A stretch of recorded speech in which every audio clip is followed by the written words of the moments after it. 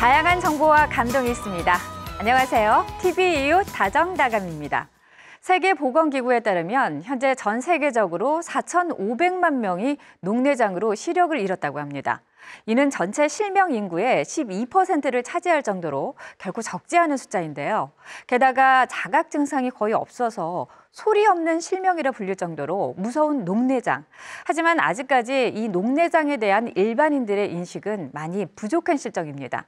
그래서 오늘 의학 알지에서는요, 녹내장의 원인과 증상, 치료법까지 자세히 살펴보도록 하겠습니다.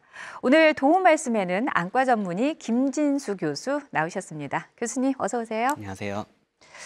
자, 교수님, 보통 간혹 녹내장과 백내장, 이게 이름이 좀 비슷해서 유사한 질병이 아닌가 이렇게 오해하시는 분들이 계신데요. 먼저 녹내장이란 어떤 질환인지 자세한 설명을 좀 부탁드립니다. 네, 그런 말씀 정말 많이 하시는데요. 말씀 주신 대로 녹내장과 백내장은 이름이 비슷하지만 전혀 다른 질환입니다. 우리 안구는 여러 면에서 카메라와 비슷하다고 볼 수 있는데요. 백내장은 카메라 렌즈에 해당하는 우리 눈 속의 수정체가 혼탁해지는 질환입니다. 백내장이 많이 진행된 경우에는 동공이 뿌옇게 보이기 때문에 이러한 이름이 붙었는데요. 수술을 통해서 혼탁해진 수정체를 제거하고 기존 수정체의 역할을 대신할 만한 투명한 인공수정체를 삽입하면 다시 깨끗한 시야를 얻을 수 있습니다. 반면 녹내장은 주로 높은 안압 때문에 시신경이 손상되고 이 때문에 시야가 좁아지는 질환입니다. 녹내장이라는 이름은 안압이 아주 많이 높아져서 각막이 불투명해지고 동공이 다소 녹색을 보인다고 하여서 이름이 붙여졌는데요. 사실 녹내장 환자분들 중에서도 일부 특수한 상황에서만 관찰되는 현상입니다. 그림을 보시면서 더 자세히 설명해드리겠습니다. 안구는 공처럼 동그랗게 생겼죠. 맨 앞에 투명한 각막이 있고 그 뒤에 각막을 통과한 빛을 모아주는 수정체가 있습니다. 수정체를 지나면서 모아진 빛은 안구 뒤쪽에 넓게 펼쳐진 망막의 상을 맺게 되는데요. 이 망막에는 빛을 감지하는 신경세포들이 있어서 이 빛을 뇌가 인지할 수 있는 전기신호로 바꿔주게 됩니다. 이 신호는 시신경을 통해 뇌로 전달되게 되는데요. 앉아 사진을 찍으면 망막에서 출발한 시신경 다발이 안구를 빠져나가 시신경으로 이어지는 부위를 직접 관찰할 수 있습니다. 이 부위를 시신경 유두라고 합니다. 시신경 유두는 이 오른쪽 사진처럼 동시번 모양을 보입니다. 녹내장으로 인한 시신경 손상이 시작되는 부위는 시신경 유두 바로 뒤쪽에 위치하는 사상판이라는 부위인데요. 하지만 아직 사상판을 직접 관찰하기는 힘들기 때문에 저희는 시신경 유두나 시신경 섬유층에 나타나는 형태학적 변화와 이에 따른 시야 이상을 관찰하면서 녹내장에 대한 평가를 하게 됩니다. 네, 그렇군요. 그렇다면 어떤 원인들로 인해서 이 시신경이 손상을 입게 되는 건가요? 네, 녹내장 하면은 많은 분들이 안압 때문에 생기는 거라고 알고 계십니다. 물론 안압이 가장 중요한 원인이고요. 안압이 높으면 녹내장이 많이 생기고 그만큼 더 빨리 진행한다는 거는 아주 잘 알려져 있습니다. 하지만 최근에는 안압 외에도 시신경 혈류 등의 인자가 녹내장 발병에 영향을 끼칠 것으로 생각되고 있습니다. 하지만 여전히 안압이 녹내장에서 가장 중요한 위험 인자인 것은 변함이 없으며 안압 관리가 녹내장 치료에서 가장 중요한 위치를 담당하고 있습니다. 네. 그런데 이 녹내장이 발생을 했다고 하더라도 환자가 스스로 느낄 수 있는 자각 증상이 많지 않다고 들었습니다. 정말인가요? 네, 맞습니다. 녹내장이 생긴 경우에는 주로 주변 시야부터 시야 이상이 생기게 되는데요. 이제 중심 시야는 괜찮기 때문에 자각 증상이 없는 경우가 많습니다. 이 때문에 녹내장은 조용한 시력 도둑으로 불리기도 하죠. 네. 전 세계적으로 실명을 일으키는 3대 질환 중에 하나로 회복 불가능한 실명의 원인 중 가장 높은 빈도를 차지합니다. 우리나라 건강보험심사평가원 발표에 따르면 2009년 국내 실명 인구 약 70만 명 중에서 38% 정도가 녹내장에 기인한 것으로 이는 당뇨 망막병증이나 황반변성보다 높은 수치입니다. 물론 예외도 있습니다. 앞서 언급한 녹내장은 가장 대표적인 녹내장 형태인 개방각 녹내장 경우를 말씀드린 건데요. 갑자기 안압이 아주 높게 올라가는 급성 폐쇄각 녹내장의 경우 눈의 통증이나 두통, 메스꺼움, 구토, 충혈 등의 증상이 생깁니다. 네, 급성인 경우를 제외하고 대부분은 자각 증상이 없기 때문에 조기 발견이 어려운 상황일 것 같은데 그러면 진행 정도에 따라서 증상도 달리 보일 텐데 악화하는 속도도 달라지겠죠? 네, 맞습니다. 아주 초기 녹내장에서는 표준 시야 검사에서도 이상이 나타나지 않은 경우도 있습니다. 일부 연구에서는 이러한 경우에도 대비 감도가 떨어진다는 보고가 있기는 하지만 역시 자각 증상은 거의 없는 경우가 대부분입니다. 근데 교수님 말씀하신 것 중에 대비 감도라는 게 있는데 이건 무슨 얘기인가요? 네. 대비 감도는 서로 다른 세기의 빛을 구별할 수 있는 능력을 뜻하는데요. 대비 감도가 떨어지면 비슷한 색의 배경에서 뚜렷하게 물체를 식별하기가 어려워지게 됩니다. 예를 들어 회색빛의 계단이 있을 때 계단 층의 경계를 구분하기 어려워져서 네. 계단을 내려가기 힘들다고 호소하시는 분들도 있습니다. 하지만 이런 것들을 녹내장 초기 증상이라고 스스로 알아차리기는 쉽지 않겠죠. 녹내장이 더 진행하면 시야 검사에서 이상이 나타나기 시작하고 점점 진행할수록 시야 결손이 심해져서 결국 중심 시야 결손까지 나타나게 됩니다. 다음 그림을 보시면요. 초기에는 주변 시야에 일부 결손이 발생하지만 말기 녹내장이 되면 중심부를 제외한 대부분의 시야 이상을 시야를 인지하지 못하게 됩니다. 네. 시청자 여러분의 이해를 돕기 위해서 주변 시야가 까맣게 보이는 것처럼 사진을 준비하긴 했는데요. 네. 실제로는 주변 시야가 아예 인지되지 않게 되어서 생활에 아주 큰 어려움을 호소하시게 됩니다. 여기에서 더 진행하실 경우에는 이제 중심 시야까지 영향을 받게 되어 시력이 떨어지고 결국 실명까지 유발할 수 있습니다. 아주 무서운 질환인 것 같은데 그러면 이렇게 한 번 손상된 시야는 다시 회복이 불가능한 건가요? 네, 안타깝게도 녹내장은 결과적으로 시신경이 손상되는 질환이며 아직 손상된 신경세포를 회복시킬 수 있는 기술은 개발되어 있지 않습니다. 결과적으로 녹내장으로 인한 시야 손상은 네. 아직 저희가 가지고 있는 기술로는 회복시킬 수 없는 실정이기 때문에 조기 진단 및 관리가 무엇보다 중요한 질환이라고 할 수 있겠습니다. 네. 한 번 손상된 시야는 회복이 불가능하다고 하니까요. 평상시 내 눈의 변화에 각별한 주의를 기울이는 경각심을 가져야 되겠습니다. 그렇다면 특별히 관리해야 하는 고위험군이라고 할까요? 이 위험 인자를 자세히 설명해 주시면 도움이 될 것 같은데요. 네, 아주 중요한 포인트인 것 같고요. 네. 가장 중요한 위험 인자로는 나이가 있습니다. 40세 이상이신 분들의 약 4% 정도는 녹내장을 가지고 계시다고 하며 더 높은 연령대일수록 유병률이 점점 증가하게 됩니다. 두 번째로 높은 안압이 있는데요. 현재 국가건강검진에 안압 측정이 포함되어 있는 만큼 안압이 높은 경우에는 필수적으로 녹내장 검진을 받아보시는 것이 좋겠습니다. 네. 세 번째로 각막이 얇은 경우인데요. 각막은 눈 맨 앞에 있는 투명하고 단단한 조직입니다. 각막이 얇은 분들은 실제로 안압이 높아도 낮게 측정되는 경우가 많습니다. 각막 두께가 얇은 대표적인 경우가 라식이나 라섹 등 굴절 교정 수술을 하신 분들입니다.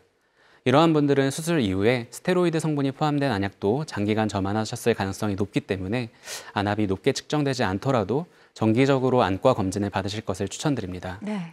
이외에도 근시는 개방각 녹내장의 위험인자로 잘 알려져 있으며 반대로 원시는 폐쇄각 녹내장의 위험인자입니다.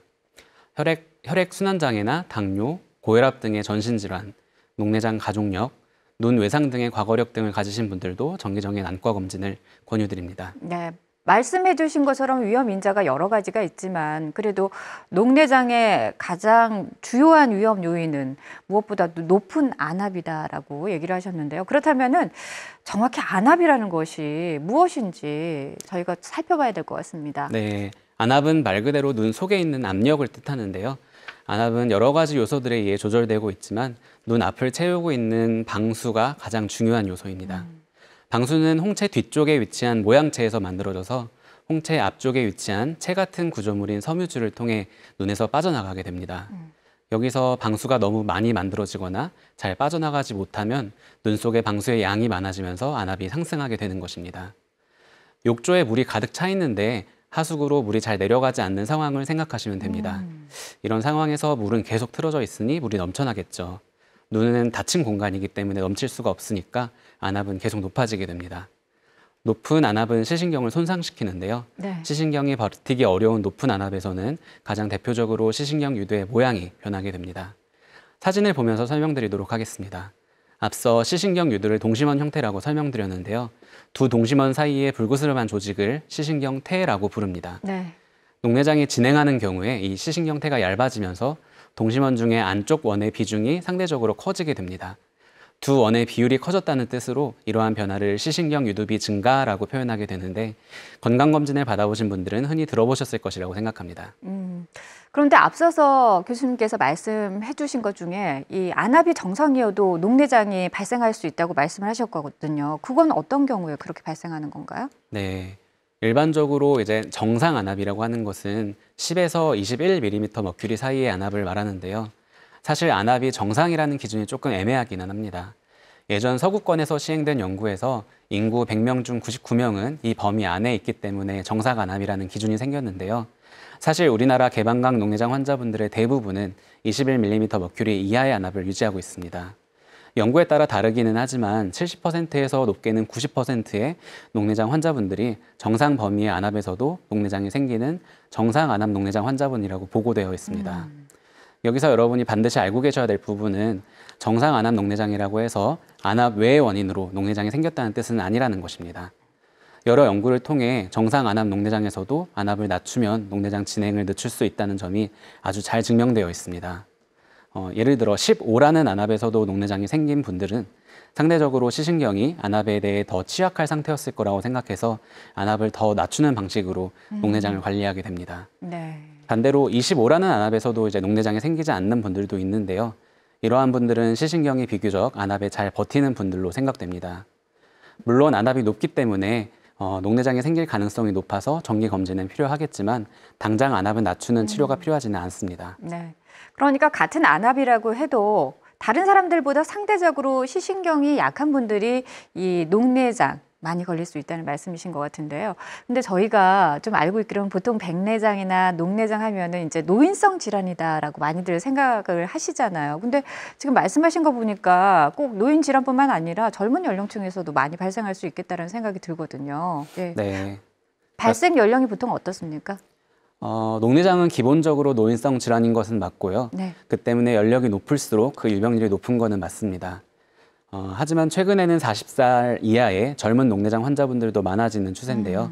특히 앞서 말씀드린 위험 인자가 있는 경우 젊은 나이에도 발생 가능합니다. 안압이 높거나 녹내장 가족력, 근시, 고혈압이나 당뇨 등이 있으신 경우 젊을 때부터 정기검진을 하는 것이 좋겠습니다. 그러니까 나는 좀 젊다. 또는 나는 안압이 정상이니까 이런 생각을 해서 우리가 방치하거나 혹은 너무 안심해서는 안 되고 나의 상황이나 혹시 유전적인 요인에 따라서도 달라질 수 있겠다라는 생각이 드는데요. 그러면 이 녹내장이 발생하는 원인과 증상에 따라서 녹내장도 여러 가지 종류로 나뉘게 되나요? 네, 녹내장도 이제 여러 가지 기준에 따라서 나눌 수가 있는데요. 일단 눈에서 방수가 빠져나가는 부위인 섬유주가 물리적으로 열려 있느냐 닫혀 있느냐에 따라 크게 개방각 녹내장, 폐쇄각 녹내장으로 나눌 수가 있습니다. 네. 또 염증이나 외상, 수술과 같은 원인이 있은 후에 발생하는 속발성 또는 2차성 녹내장과 별다른 원인 없이 발생하는 원발성 또는 1차성 녹내장으로도 구분할 수 있습니다. 네. 가장 흔한 녹내장은 원발성 개방각 녹내장이며 네. 이 중에서도 정상 범위의 안압을 보이는 정상 안압 녹내장이 우리나라에서는 가장 흔한 것으로 되어 있습니다. 네. 이외에도 진행 양상에 따라 천천히 진행하는 만성 녹내장, 또 급격히 안압이 상승하여 발생하는 급성 녹내장으로도 나눌 수 있습니다. 근데 무엇보다도 가장 겁나는 것이 이 녹내장이 갑자기 급성으로 일어나는 경우가 아닐까 싶은데요. 이건 어떤 원인 때문에 이렇게 생기는 건가요? 네, 앞서 말씀드린 개방각 녹내장은 주로 만성의 형태로 나타나게 되는데요. 폐쇄각 녹내장은 급성의 형태로 나타나는 것이 보통입니다. 그림을 보며 설명을 드릴 텐데요. 아까 개방각 녹내장은 왼쪽 그림처럼 방수가 빠져나가는 길인 섬유주에 저항이 높아지면서 안압이 올라간다고 설명드렸잖아요. 네. 폐쇄각 녹내장은 섬유주가 물리적으로 아예 막혀버리면서 방수의 접근이 차단되고 네. 방수 유출이 극단적으로 줄어들게 되면서 안압이 갑자기 크게 상승합니다. 오른쪽 그림에서 보시다시피 주로는 홍채 조직이 이 부위를 막아버려서 발생하게 됩니다. 아까 안구를 욕조에 비유하여 설명드렸는데 욕조 마개가 하수구를 막고 있어서 물이 전혀 빠져나가지 못하는 상황을 생각하시면 됩니다. 일반적으로 밝은 환경에서는 동공이 작아져 있기 때문에 홍채가 판판하게 펴져 있어서 섬유주를 잘 막지 않습니다. 폐쇄각 녹내장은 어두운 곳에서 특히 고개를 숙이고 휴대전화를 보는 등의 환경에서 잘 생기는 것으로 되어 있습니다. 네. 또 원시이신 분들은 눈이 앞뒤로 좀 짧은 경우가 많기 때문에 섬유주가 적게 노출되어 있어서 이 때문에 폐쇄각 녹내장이 잘 생깁니다. 네. 사진을 보면서 조금 더 설명드리면요. 두 사진 모두 급성 폐쇄각 녹내장 환자의 사진입니다. 오른쪽 안구의 단층 촬영 영상을 보시면 홍채가 앞쪽으로 볼록하게 돌출되어 있는데요. 네. 이 때문에 섬유주가 막혀서 안압이 갑자기 올라가면 충혈, 안통뿐만 아니라 두통, 메스꺼움, 구토 등의 증상이 유발될 수 있습니다. 이 때문에 머리에 문제가 있는 것으로 오해할 수도 있는데요. 이렇게 높은 안압은 며칠만 방치해도 실명에 이를 수 있을 정도로 시신경 손상이 빠르게 진행되기 때문에 빨리 안과에 방문해 보시는 것이 좋겠습니다. 네. 초기에는 자각 증상이 없는 경우가 대부분이고 한 번 손상된 시신경은 회복이 불가능하기 때문에 무엇보다 가장 중요한 것은 조기 진단이 아닐까라는 생각이 드는데요. 자, 그렇다면 진단을 위해서는 저희가 어떤 검사를 받게 되는지요? 네, 녹내장은 주로 안압이 상승해서 시신경이 손상되고 이 때문에 시야가 줄어드는 병이라고 말씀드렸는데요. 따라서 안압 검사, 시신경 검사, 그리고 시야 검사가 제일 중요합니다. 시청자 여러분은 주로 가운데 사진에 있는 이제 짧은 순간 바람이 나와서 안압을 측정하는 비접촉 안압계를 많이 접해 보셨을 텐데요. 마취가 필요 없고 간단히 안압을 측정할 수 있지만 경우에 따라 측정값이 부정확한 경우가 있습니다. 가장 정확한 안압계는 왼쪽 사진에 있는 골드만 압형 안압계인데요. 네. 직접 눈을 눌러서 안압을 측정하기 때문에 점안액으로 마취하는 과정이 필요하고 시간도 상대적으로 오래 걸리지만 녹내장 평가를 위해서는 가장 중요한 검사입니다. 수술 후나 협조가 잘 되지 않는 소화 등에서 안압을 측정할 때에는 오른쪽에 있는 다른 원리의 안압계를 사용하기도 합니다. 또한 앞서 각막 두께가 녹내장의 중요한 위험인자라고 말씀드렸는데요. 각막이 얇은 경우 안압을 과소평가하게 될 가능성이 많습니다. 네. 따라서 처음 안과에 오신 경우 각막 두께 검사까지 병행하여 실제 안압의 정도를 예측하고 있습니다. 네. 자, 앞서서도 말씀을 해주셨지만 안압이 정상이어도 녹내장이 발생하는 경우가 많기 때문에 단순히 안압 측정으로만은 우리가 이렇게 진단을 확신할 수는 없을 것 같은데요. 시신경 검사와 시야 검사는 어떤 것들이 있는지 소개해 주시죠. 네. 녹내장이 발생하면 시신경이 전반적으로 고르게 손상되기보다는 특정 부위부터 손상이 시작돼서 녹내장이 진행할수록 손상 부위가 점점 커지는 형태를 보입니다. 특히 망막 신경 섬유층이라고 부르는 망막의 특정 층이 얇아지게 되는데요. 사진에 보시면 망막 신경 섬유층 촬영을 해보면 이러한 손상 부위를 잘 볼 수 있습니다. 또 OCT라는 장비도 많이 쓰이는데요. 이 장비는 망막의 단층 촬영을 통해 망막 신경 섬유층의 두께를 직접 측정할 수 있는 장비입니다. 최근에는 녹내장이 생기면 시신경 유두 근처뿐만 아니라 황반부에서도 특정 망막층의 두께가 얇아진다는 것이 알려져 있는데 OCT는 이러한 변화도 조기에 잡아낼 수 있기 때문에 녹내장 조기 진단에 유리한 경우가 많아 널리 쓰이고 있습니다. 앞서 안압 외에도 시신경 혈류 역시 녹내장 발생에 일부 기여한다고 말씀드렸는데요. 최근 OCT 장비에는 시신경 혈류를 간접적으로 측정하는 기능도 포함되어 있습니다. 네. 기존에는 조영제를 주사한 이후에 특수한 필터가 달린 기계로 촬영하여야 눈 속의 혈류 상태를 알 수 있었는데 이러한 장비의 발전으로 시신경 혈류와 관련된 많은 정보들을 편리하게 얻을 수 있습니다. 하지만 정기검진을 위해 이 모든 검사들을 받는 것이 부담스러우실 수도 있는데요. 사실 단순 안저 촬영만으로도 녹내장으로 인한 구조 이상을 상당 부분 찾아낼 수 있습니다. 비용 대비 가장 효과적인 검사법으로 저희 안과학회에서는 건강검진 시에도 안저 촬영을 병행할 것을 추천드리고 있습니다. 네, 말씀해 주신 것처럼 정말 다양한 촬영법으로 시신경의 세부적인 부분까지 잘 들여다볼 수 있다고 말씀을 하셨는데 그러면 이 시신경에 어떤 변화가 생기면 시야에 손상이 발생하게 되는 것인지 그리고 또 그 정도를 일일이 측정하는 방법도 따로 있는 건지 궁금하네요. 네, 결국 이제 시야가 얼마나 줄어들어 있는지가 녹내장 환자분들의 삶의 질과 가장 밀접한 연관이 있기 때문에 시야 검사 또한 중요합니다. 시야 검사는 시야를 한 곳에 고정한 상태에서 이제 시야의 여러 지점에서 다양한 밝기의 빛자극을 보여준 이후에 이것을 인지하는지 여부를 측정하게 됩니다. 녹내장으로 특정 부위 시신경에 손상이 일어나게 되면 해당 위치의 시야에 이상이 나타나게 됩니다. 다음 사진에 보시면 시야 검사를 하는 장면이 있는데요. 이 검사는 환자분들이 직접 버튼을 누르는 검사로 길게는 10분 이상 소요될 수 있어서 사실 가장 힘들어하시는 검사입니다. 하지만 녹내장의 평가에 있어서 가장 중요한 검사 중 하나로 녹내장 진행 판정에도 중요한 검사이기 때문에 정기적으로 반복해 보는 것이 좋겠습니다. 네. 다음 사진을 보시면요. 실제 녹내장 진단을 받으셨지만 병원에도 잘 오지 않으시고 치료도 임의로 중단하셨던 분의 시야 검사 결과입니다. 처음에는 주변부 시야에만 이상이 있었지만 점점 녹내장이 진행할수록 시야 결손이 진행하는 것을 보실 수 있습니다. 네, 이렇게 한 번 손상된 시신경은 회복이 불가능하잖아요.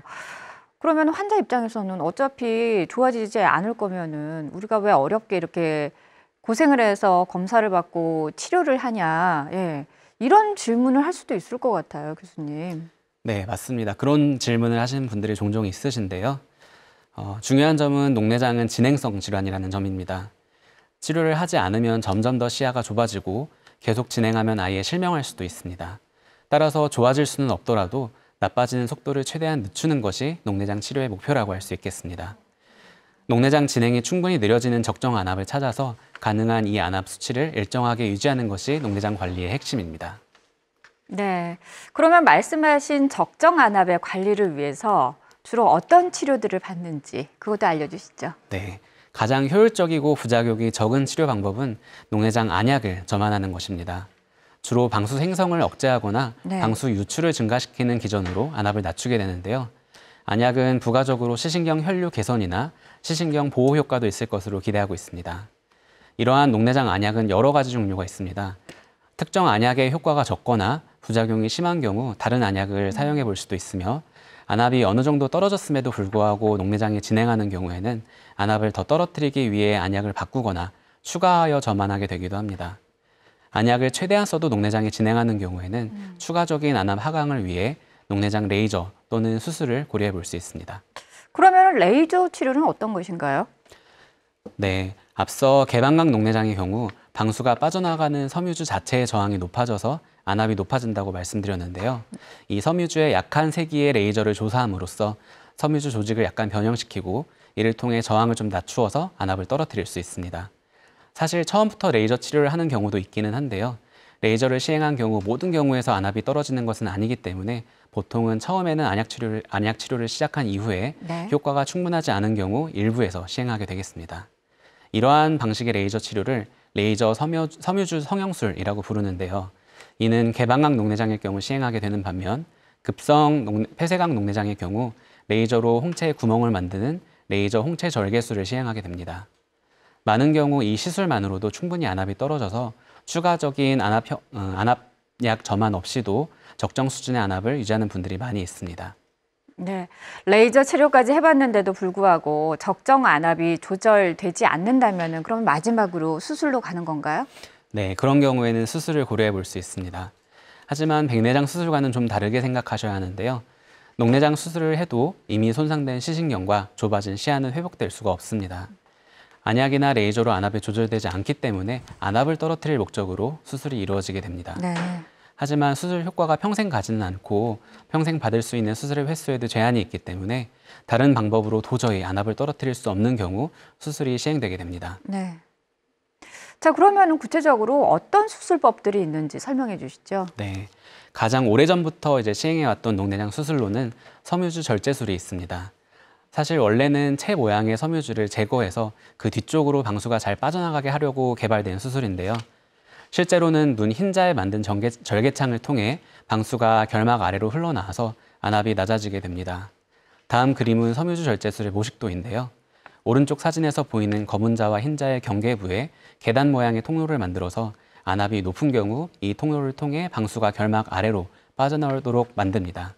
그런데 상처 치유 반응이 유난히 잘 일어나는 분들은 이러한 통로가 빨리 막혀서 그만큼 섬유주 절제술의 효과도 떨어지게 될 것입니다. 또한 신생혈관 녹내장을 비롯한 특정 형태의 녹내장은 섬유주 절제술의 효과가 낮다는 것이 잘 알려져 있습니다. 이러한 경우 실리콘으로 만들어진 튜브를 통해 눈 속과 결막 아래 공간을 연결하여 안압을 조절하는 방수 유출 장치 삽입술을 시행해 보는 것도 좋습니다. 사진에 보시는 것이 주로 사용하는 방수 유출 장치인데요. 이 튜브는 상처 반응이 생기더라도 속이 막히지 않는 경우가 많고 튜브 끝에는 밸브가 달려 있어서 지나친 저안압도 예방할 수가 있습니다. 하지만 밸브 근처에 생기는 상처 반응으로 인해 결국 다시 안압이 올라갈 가능성도 있습니다. 앞서 말씀드린 두 가지 수술이 가장 대표적인 녹내장 수술이 되겠는데요. 안압 하강 효과는 그만큼 확실한 반면 저안압을 비롯한 부작용될 가능성도 상대적으로 높은 수술입니다. 최근에는 두 수술에 비해 효과는 약간 떨어지더라도 조금 더 안전한 수술들이 나와서 많이 사용되고 있습니다. 가장 대표적인 수술은 그림에서 보시는 작은 튜브 형태의 임플란트인데요. 앞서 보여드린 튜브보다 훨씬 얇아서 별도의 밸브 없이도 저안압의 가능성이 상대적으로 적습니다. 또한 결막 절개가 필요하지 않고 수술 이후에 부작용도 적고 회복도 그만큼 빠르다는 장점이 있습니다. 하지만 그 효과 면에서는 앞서 소개해드린 수술에 비해서는 상대적으로 떨어질 가능성이 있기 때문에 주치의 선생님과 상의하에 적절한 수술 방법을 선택하시는 것이 좋겠습니다. 네. 자, 몸이 1000냥이면 눈은 900냥이라고 하는데 오늘 전해드린 내용만 정확히 알고 실천을 하신다면은 녹내장의 위험으로부터 우리의 눈 건강 그리고 확실히 지킬 수 있지 않을까 싶은데요. 교수님 끝으로 녹내장 이것만은 꼭 기억하자 하는 것이 있다면 정리 말씀 좀 해주시죠. 네, 녹내장은 소리 없는 시력 도둑이라고 말씀드렸죠. 대부분 증상이 없음에도 불구하고 이제 늦게 발견될 경우 실명까지 유발할 수 있습니다. 따라서 40세 이상이거나 녹내장 가족력, 근시 등이 있으신 분들, 그리고 라식이나 라섹을 받으셨던 분들 등 위험 인자를 가지고 계시다면 한 번 정도 안과 검진을 받아보시는 것이 좋겠습니다. 녹내장은 간단한 안저 촬영을 통해서도 상당 부분 발견할 수 있습니다. 아직 안저 촬영이 국가 건강검진에 포함되진 않았지만 저희 안과학회는 안저 촬영을 포함한 녹내장을 포함한 다양한 안과 질환의 조기 진단에 큰 도움이 될 거라고 말씀드리고 있습니다. 많은 건강검진센터에서 안저 촬영을 시행하고 있는 만큼 건강검진 시 안저 촬영을 포함하셔서 많은 녹내장 환자분들이 조기에 치료를 시작하실 수 있었으면 좋겠습니다. 마지막으로 녹내장은 조기에 진단받고 치료만 잘 받으시면 실명까지 가는 경우는 드뭅니다. 너무 두려워하지 마시고 가까운 녹내장 전문의가 근무하는 안과를 정하셔서 꾸준히 관리하신다면 녹내장으로 인해 삶의 질이 떨어지는 일은 거의 없을 것이라고 생각합니다. 녹내장에 대해서 꼭 알아야 할 핵심은 두 가지인 듯합니다. 정기적인 검진의 중요성 그리고 꾸준한 치료를 통해서 더 이상 병이 진행되지 않도록 잘 관리해 두는 것이 무엇보다도 중요하겠습니다. 의학알지 오늘은 녹내장에 대해서 알아봤습니다. 교수님 오늘 나와주셔서 고맙습니다. 감사합니다. TV 이후 다정다감 오늘 저희가 준비한 소식은 여기까지입니다. 편안한 저녁 시간 보내시기 바랍니다. 고맙습니다.